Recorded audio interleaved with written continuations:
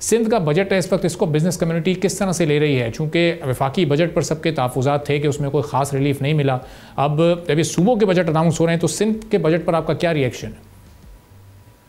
जी, बिस्मिल्लाहिर्रहमानिर्रहीम। मैं समझता हूँ कि सिंध का बजट जो है वो भी एक फाइन ट्यूनिंग बजट है।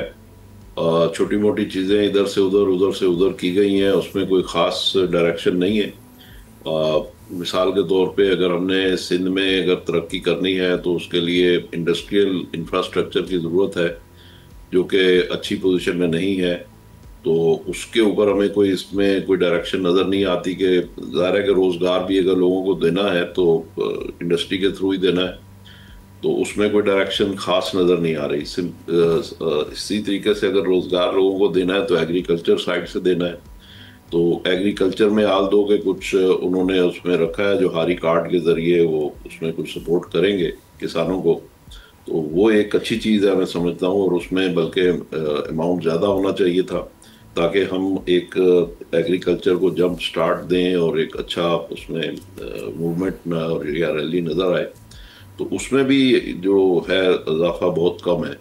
असल में सिंध जो है वो कोई गरीब सूबा नहीं है, सिंध अमीर सूबा है। सिंध के पास गैस भी है, सिंध के पास नेचुरल रिसोर्सेज भी हैं, सिंध के पास एग्रीकल्चर भी है, और सिंध के पास तमाम जो इंग्रेडिएंट्स होते हैं तरक्की के वो सारे इनके पास अवेलेबल हैं। तो इसमें थोड़ी सी यानी बेहतर मैं समझता हूँ कि इसमें कोशिश की जा सकती थी। इंडस्ट्रियल सेक्टर में इन्होंने 5,000 रुपये सैलरी तो बढ़ा दी है मजदूर की, लेकिन उसके साथ साथ इन्होंने कोई ख़ास उसमें इंडस्ट्री को प्रमोट करने के लिए कुछ नहीं किया। सिंध में जो टैप्टाज हैं, स्टैप्टा जिसको कहते हैं, टेक्निकल एजुकेशन ट्रेनिंग इंस्टीट्यूट्स हैं, तो वो कोई सिंध में मेरे अंदाजे के मुताबिक कोई 259 है ये स्कूल इस तरह के।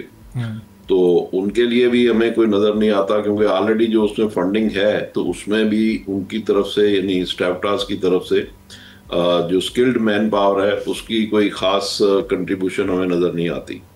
तो जबकि इसमें बहुत बड़ी ज़रूरत है कि हम इंडस्ट्री के लिए वर्कर्स को ट्रेन करें और स्किल्ड वर्कर जो हैं वो इंडस्ट्री को प्रोवाइड कर सकें, वो चीज़ भी इसमें हमें नज़र नहीं आ रही।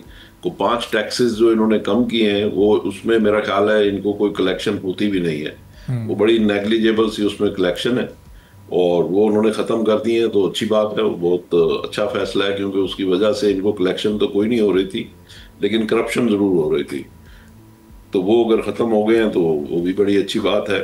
सही। तो ओवरऑल अब इसको अगर हम इस तरीके से समझें कि ये बजट जो है इसमें कोई ख़ास डायरेक्शन नहीं है, कोई ख़ास आगे बढ़ने की तवक्को नहीं है या कोई डायरेक्शन नहीं है, और जो बिलावल भुट्टो जरदारी साहब का जो विजन है, जिस तरीके से वो बड़े प्रोएक्टिवली बात भी करते हैं, अपना एजेंडा भी बताते हैं, प्रोग्राम भी बताते हैं, और मुझे याद है कि आज से कोई 5-6 साल 7 साल पहले इलेक्शन कैंपेन में उन्होंने कहा था कि ये सिंध का जो समुंदर का पानी है उसको पीने के काबिल बनाएंगे, और वो कराची में हम उसके प्लांट्स लगा के और कराची वालों को जो पानी की किल्लत है वो दूर करेंगे और कराची को वहाँ से हम पानी देंगे। तो उसमें भी कोई बजट में कोई चीज़ नज़र नहीं आई कि उसमें क्या करने जा रहे हैं। K4 प्रोजेक्ट के लिए भी कोई चीज़ इसमें नज़र नहीं आई। तरक्याती प्रोग्राम के लिए जो उन्होंने पैसे रखे हैं वो सैकड़ों स्कीमें हैं और उसके लिए कुछ 100 अरब रुपए रखे हैं। ओवरऑल जो पाकिस्तान का जो डेवलपमेंट बजट है कोई 3800 अरब रुपए का है।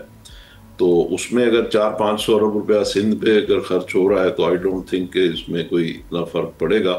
ये छोटी मोटी जो नाले बनाना, जो छोटे मोटे सड़कें बनाना, इस तरह की चीज़ें ज़रूर उसमें हो पाएंगी, लेकिन कोई बड़ा काम सिंध के हवाले से जिसमें हम एक डायरेक्शन दे सकें या तरक्की करा सकें सिंध के लोगों को, वो मुझे इसमें कोई अभी तक तो नज़र नहीं आया।